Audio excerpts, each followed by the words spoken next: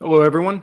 Welcome to the CISO's Guide to Mastering Cybersecurity Operations and Compliance Workflows for RIAs. Going to be a fun topic. Definitely thanks for joining. Let's start with what's a CISO? I think for RIA firms that can have a wide range.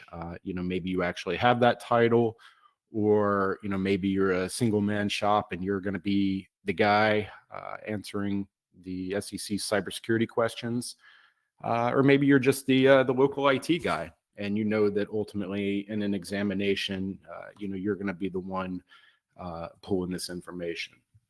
So we'll talk about that today and talk about ways to master those workflows. So my name is Brian Hahn. I'm a consultant at M-Tradecraft. And M-Tradecraft is a brain trust that works with RIAs, institutions, broker-dealers, family offices, in a wide range of intelligence and mostly cybersecurity compliance issues. So what's a brain trust? A brain trust is a consultant that works without having any other affiliation. So no vendor affiliations, service provider affiliations, anything like that. When my clients hire me, I'm on the same side of the table as them, and we're looking to make decisions about what's best. And that's important because I will make some recommendations for different tools that I use in this webinar. And I'm in no way tied to those. These are just tools that I pay full retail price, just like anyone else to use, but definitely what I found to be the best. So, if you are in that CISO role in whatever fashion with whatever job title, I definitely think you'll find something useful in today's webinar. And a little background on myself. I spent the first half of my career in the operations side, in cybersecurity side of hedge funds and RIAs, some of the largest in the world, like Bridgewater, down to some very small, 300 million AUM funds, for people, small type firms. So this is what, I kind of grew up learning and coming up and building in a career. And then for the past 15 years, I've been working as an independent consultant, helping firms with these type of topics. So any CISO needs a framework, okay? The title of this webinar is Mastering, and that's what we're going to talk about. And in order to master it, we really have to have a framework to work around so that we can build out this operation that fits for our firm. At the core level, we're really defending two things. We want to make sure our data doesn't get lost, and we want to make sure assets don't go missing. We want to make sure assets don't go to places they're not supposed to. And we have to do these two things across many different fronts, depending on how you're set up. And maybe you have a physical office, custodians and brokers, and maybe you have an MSP. Managed service provider, MSPs, and just to get that out of the way, these are generally the people that you hire. They come in, set up the entire IT infrastructure. So they'll go by a bunch of different names. I generally call them MSPs or outsourced IT. And then, in the past, 5 and a little more years, we've really had a big push to work from home and people putting data in the clouds. And so we need a framework that can take all of these things and make sure we build something that works. So when I come on with a client, I work as an ongoing basis with several clients and also do one-time audits coming in. I've done well over 1,000 audits. I have a little over 250 clients. So I've done this quite a bit, and I want to talk about the framework that allows me to step into a completely unknown firm and get to know it really well, get to know the compliance, get to know the operations and the cybersecurity. And this is the framework that I think anyone can really take and build. I'm going to talk about the order that I go through them, which is compliance documentation management, threat intelligence infrastructure, vulnerability scans and pen test, and then finalizing it with employee training. I probably should have had one of those like silly circular graphs on here where shows where each one of these things feeds into the other. And I just say that because there's really no one good place to start. I think especially if you're already in this role and you know the firm really well, maybe you want to start with, threat intelligence, whatever is comfortable for you. But for me, I start with compliance documentation management. So let's talk about how to, and backing up for a second, I think some of these things, it's really tough to be in a CISO role and not have some kind of programming or comfortability with command line interface with computers. Some comfort with Python and with Linux is definitely helpful. So, I mean, you have to have a little bit of nerd in you. I start with compliance documentation review. And the way we do that is we've developed a local LLM, a large language model. So this is going to be a lot like ChatGPT, but something built local. And the idea is that I use a model called Olama, which is put out by Meta. Very powerful. It allows us to ask questions about a specific firm and get really intelligent answers back. So on the left, in one of the reasons we use these local LLMs, and you'll start to understand how these all come together, is we want to be in control of the source data. So when we go and ask questions or we go and look for problems with our firm, we want to know where that data is being pulled from. Like, I don't want it pulled from Reddit. I want it pulled from the SEC, from our own documentation, things that we know the source of. So for me, some of the things that I'm putting into that large language model are, of course, regulations as they come out from the SEC. That goes in there. Any press releases from the SEC, any vulnerability scans I've done, any threat intelligence reports I've done, the policies and procedures manuals for the firm, and then the document securing compliance that we put out. If you haven't seen securing compliance, definitely reach out or download that document from us, because it's just an overview of exactly what the SEC is going to ask for. Literally a copy and paste of the cybersecurity documentation request you're going to get from the SEC. So we take all of these sources, we feed it into the large language model. And then, whether I'm working as an ongoing basis or just coming in at one time, this allows me to ask really intelligent questions about what's going on in the firm, what does their documentation look like, and for me to build a game plan to go and tackle all this other work. For instance, we can ask it questions like, what documentation has the SEC requested in the past that we don't currently have produced? Or analyze the past 5 years of publicly reported breaches to identify any threat actors or tactics that align with recent phishing attempts on our organization and suggest countermeasures. So when we build these expert systems, this is how you go in and ask the tough questions and get really solid answers as a CISO on how you go and build this firm. This is the future. This is what large language models are going to do, because while large language models are not good at maybe creating photos or things like that, they're actually extremely good at summarizing documents and pulling reason out of that. So for me, that's where I start. I start with a compliance review because I can put all this information in there, ask a lot of questions, and get answers out of this that I probably wouldn't be able to get out of the owners of the firm. And it's something that you can build and you can keep going, and it allows you just to really pull that in type of information there. So diving into that too a little bit more, one of the tasks that I am big on is making sure that we have a really solid policies and procedures. And so what you see on screen here, and there's going to be a recording of this that goes out. So if you want to pause and take a look at this in the recording later, you'll definitely be able to do that. Don't worry about jotting everything down.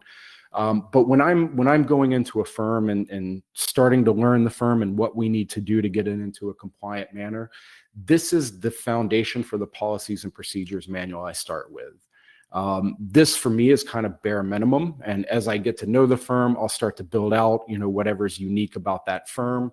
But for me, these are going to be the cores in that policies and procedures. And so, as I go through the steps that we'll talk about here in a little bit later, I'm always circling back to this policies and procedures manual and updating it as I learn more about the firm or as we start to build out the operations. Then I can feed it back into that LLM, the large language model, and start to get more updated answers out of it. So again, if you use kind of that circular graph, you can see how a lot of this kind of ties back in. But this is the policies and procedures that I start with. Whether you have this as like, a cybersecurity subsection of your overall policies and procedures manual, or you have a separate manual. I don't think that really matters, but we definitely need to have this information available.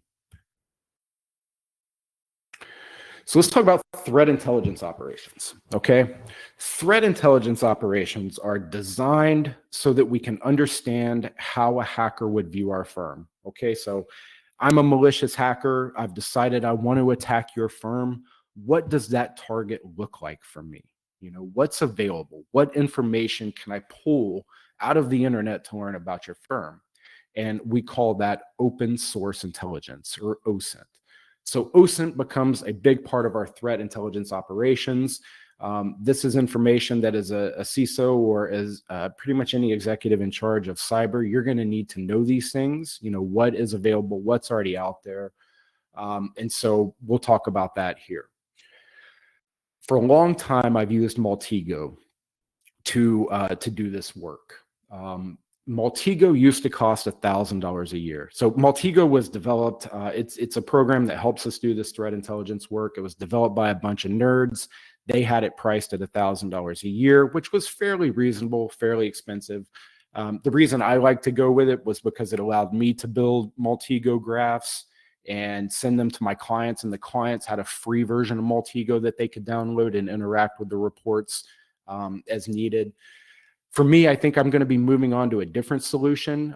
You know, I mentioned Maltego here. I still love the software, but they recently got purchased by private equity and jumped to $5,000 a year for this license. On top of that, I used to carry 2 licenses. I canceled my second one through the platform and was still charged a renewal fee, even though I had canceled. Reaching out to Maltego support was not fruitful. They wouldn't refund my money. They just kept saying that once it was renewed, it was renewed. And ultimately, I had to do a credit card chargeback to get my money back for that one license. So full transparency there. It's still a great product. I love using it, but I'm not too happy with the way the management's turned for this company. So if it's something you want to check out and you have the $5,000 to blast on it, it's something to look at. I know personally, you know, we'll probably be looking at different solutions going forward, but still so far this year, I renew pretty much at the beginning of the year. So I know I have another year in Maltego, and that's what we'll keep using. And maybe it'll turn around. I know there's been a lot of negative feedback in my community towards the software. So just full transparency, I've been very bullish on Maltego in the past, but recent changes, I think, at the corporate level make it a little bit harder of a product to justify. Anyway, this is what a dashboard in Maltego looks like. And, you know, we can pretty much recreate a dashboard like this in other products. So it's not that big of a concern to move away from Maltego. And I'll zoom in a little bit here and show you what these dots look like. But ultimately, this is my threat intelligence dashboard for mTradeCraft. So, you know, we run different things. We run awareness training programs. We run vulnerability scanning servers, things like this. And these are all, of course, things that are available to the public.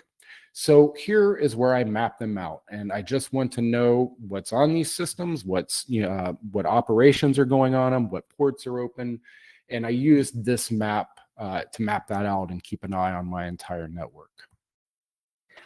So what type of information is on this map, and what am I interested in gathering as an open source intelligence, threat intelligence report? Pretty much I'm looking for full names, email addresses, any contact information I can find for all of your employees, job titles, past roles, past positions, anywhere they've been.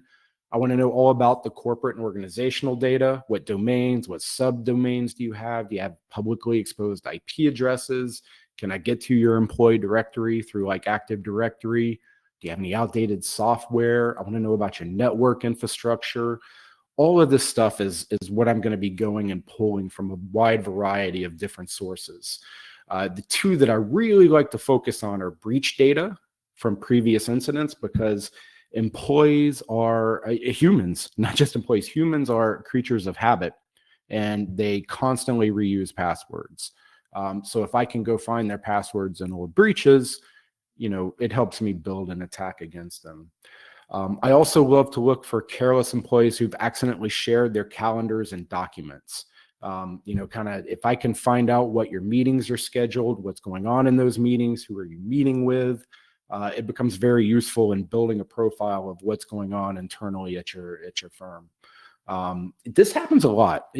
People think that, if you go to Google Calendar and you share to an external source, say like a CRM or something, like a Redtail, if you do that, you get this calendar subscribe link, and the numbers at the end, I'm making up numbers here, but maybe you have like 26 random numbers at the end of that URL. And, for a human, that's a really hard URL to figure out. But for a machine, it's pretty easy to figure out where all these publicly available calendars are shared. So, we want to make sure we want to look for employees that have accidentally shared calendars, things like that, to the public that we can go pull information on. Oh, jumped a little bit ahead there. So here is just kind of a quick zoom in of that Maltego dashboard. And here, the information at the top, we have johndoe@gmail.com.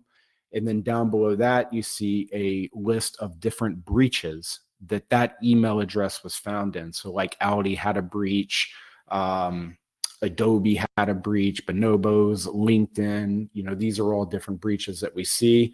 I like to put a little bit of information about the breach, what happened, what information was lost, etc. And then down below is where I keep what information I was able to recover. So this is actually a true graph from one of my clients. I changed the email at the top, of course, but what we do is we basically can go, okay, well, we have a list of 30 employees at this firm. We have social security numbers for half of them. We have driver's license, copies of the driver's license for a lot of them, date of births, usernames, passwords, IP addresses, historical passwords, partial credit card data. It's really amazing what we can find on the dark web. More likely than not, we're going to get credit reports. We're going to find a lot of information about your employees. And it's, from a threat intelligence, it's very important to know this so that we can go and we can train our employees on it. Hey, Crystal, you have cashiering access at the custodian. Did you also know that because you bought an Audi, your driver's license has been lost and there's a physical digital copy of your driver's license floating around on the dark web? And, Crystal, someone could use that driver's license to potentially get access at the custodian by proving they're you, right? So we need to make sure we reach out to the custodian and let them know, hey, look, we need some further verification, right? There's a lot of different ways this could go, but that's definitely one of the things that we want to look at, because driver's licenses can be used to prove who you are. And if someone was trying to take over a custodian, that's definitely an avenue they would want to consider. So that's threat intelligence reports. Vulnerability scans and penetration tests. So if threat intelligence reports, and if you talk to me on the phone and we're talking through a project, I call those unprivileged audits, because essentially what we're doing is trying to see how far can we get into your network without any help, right? Like what is out there? How far can I get in? What data is out there? Vulnerability scanning and penetration testing, especially vulnerability scanning, is a little bit different in that this is privileged, right? Like you're allowing someone into your network, whether it's me or someone else or someone in your firm to do vulnerability scanning, to do penetration testing. You're giving them permission, you're allowing them in. So we call that privileged testing. I've used a product called Nessus for a long time for this. Nessus costs $5,000 a year. It is rather expensive, but it's an amazing product. Industry grade product. The trick here, especially if you're on a budget, is to try to time your sales with Black Friday. I think I've successfully done that like 6 years in a row now.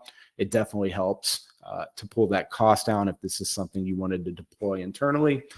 But essentially what Nessus does, so if we launch Nessus, we would get a dashboard that looks like this. And what you see is just a bunch of different scans that we have available. We can do mobile device management scans. We can do PCI scans. We can do audits of the cloud infrastructure.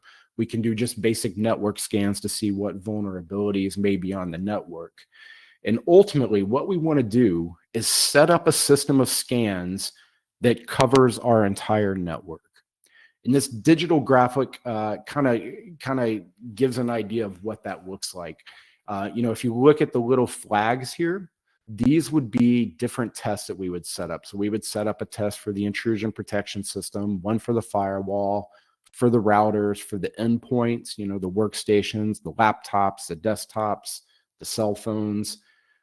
If you had a network backup storage, we would want to configure that. If you have cloud, essentially everything that contains personally identifiable information, we have to run an audit on that system. And that, I know a lot of people are like, oh, everything is in the cloud. And that is not a good answer. That's definitely not going to work for the SEC, because to an auditor, what you're saying is we just put our most sensitive information on a computer that we don't own, we can't manage, we can't access, and we don't even know where it's located, but we're okay with that, right? When you put stuff in the cloud, it actually becomes extremely difficult to provide this type of vulnerability protection. And I've said it before, I think the next 5 to 10 years in this industry see a huge amount of data reclamation, where they're pulling it back from clouds and pulling it back from vendors that have cloud services only. I think there's going to be a massive push to take back control of data. Just because the cloud really, and it's always one of those, like, anyone that tells you the cloud is secure is trying to sell you products in the cloud. No one who is responsible for protecting this data wants that data in the cloud. So anyway, everything has to be audited. And what we get is a dashboard that would look something like this, where we have each host being, a laptop, a cloud service, all these different things listed on the left, and then the different vulnerabilities on the right. And you can click in on these and drill down and start to learn, about what's going into these different vulnerabilities. The great thing about Nessus, it tells you about the vulnerability, shows you a screenshot, and gives you a written solution for everything, how to fix it. So really powerful product there.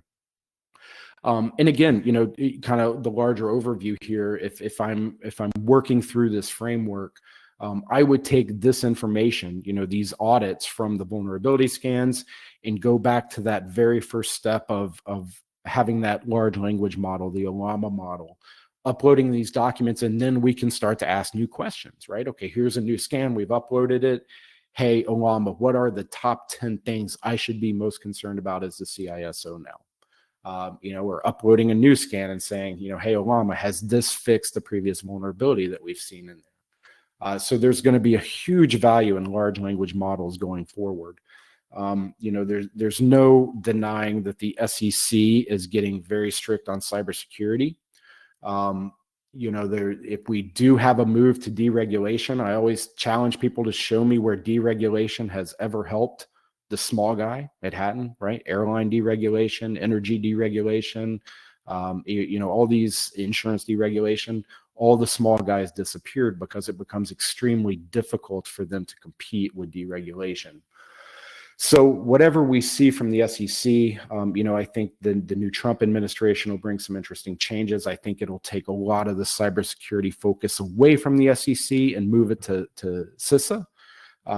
Whether that's a good thing or not, I'm not quite sure. I don't really have an opinion either way. But whichever way we go, whether the future of SEC cybersecurity regulation rests with the SEC or whether it moves over to CISA, the work is still the same, right? We still have to do all this work. Essentially, the only thing that changes is the different regulations that we are sourcing in our policies and procedures manual. Aside from that, nothing else really changes. And then the last one, the easiest thing to do is some employee training. KnowBe4 is one of the big solutions out there. A lot of people have access to KnowBe4 through their MSPs and things like that. If you don't, check out Fieldcraft. That's our product. It's at a huge fraction of the price of KnowBe4. We have no long-term contracts, no minimums, free trials. It's super easy. Takes about 10 minutes to set up, and it'll automate the entire training for your firm. I think one of the cool things about it is we actually use live actors and videos that are slightly humorous. Each video is less than 2 minutes, followed by a short quiz. So it's pretty easy for for employees to work through the topics. And you can select the topics that are most appropriate for you. You know, if you have RFID badges to get into the office, there's a training on that. If you have work from home employees, there's a training for that. You know, employees that use social media, all these little things that might be unique for your firm, you can go in and set that up. So if you don't have any training going, definitely check out Fieldcraft. You can get a free demo without any credit card just to see if it fits for you. We're pretty confident in it. So the training should be the easy part. Should take about 10 minutes and you're good to go on there. But that's it. You know, that's pretty much what I wanted to talk about, is just that framework. You know, what's a good way to think about it when you step into a firm? You know, whether you've been at a firm and you are looking to kind of redesign your approach, or you're brand new to the firm and you're trying to get control of it, or if you're just hiring someone like Tradecraft to come in and do this work for you.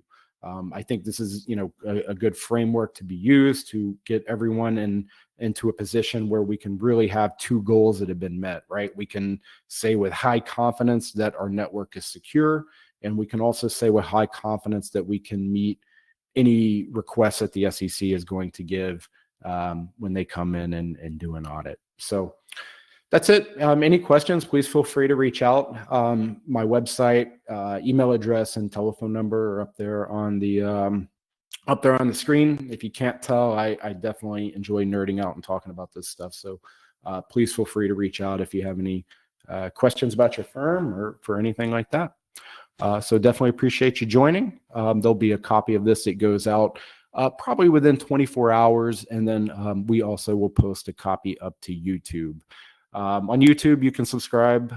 You can see any of our past videos, everything that we cast, we put up there. So if there was something here that interested you, there's probably a good chance there's a video on YouTube where I'm diving into that one specific topic, whether it's like vulnerability scanning or threat management, whatever is interesting for you to see, you should be able to see that on YouTube. So again, thanks for joining. Hope you have an excellent day and look forward to seeing you in the future.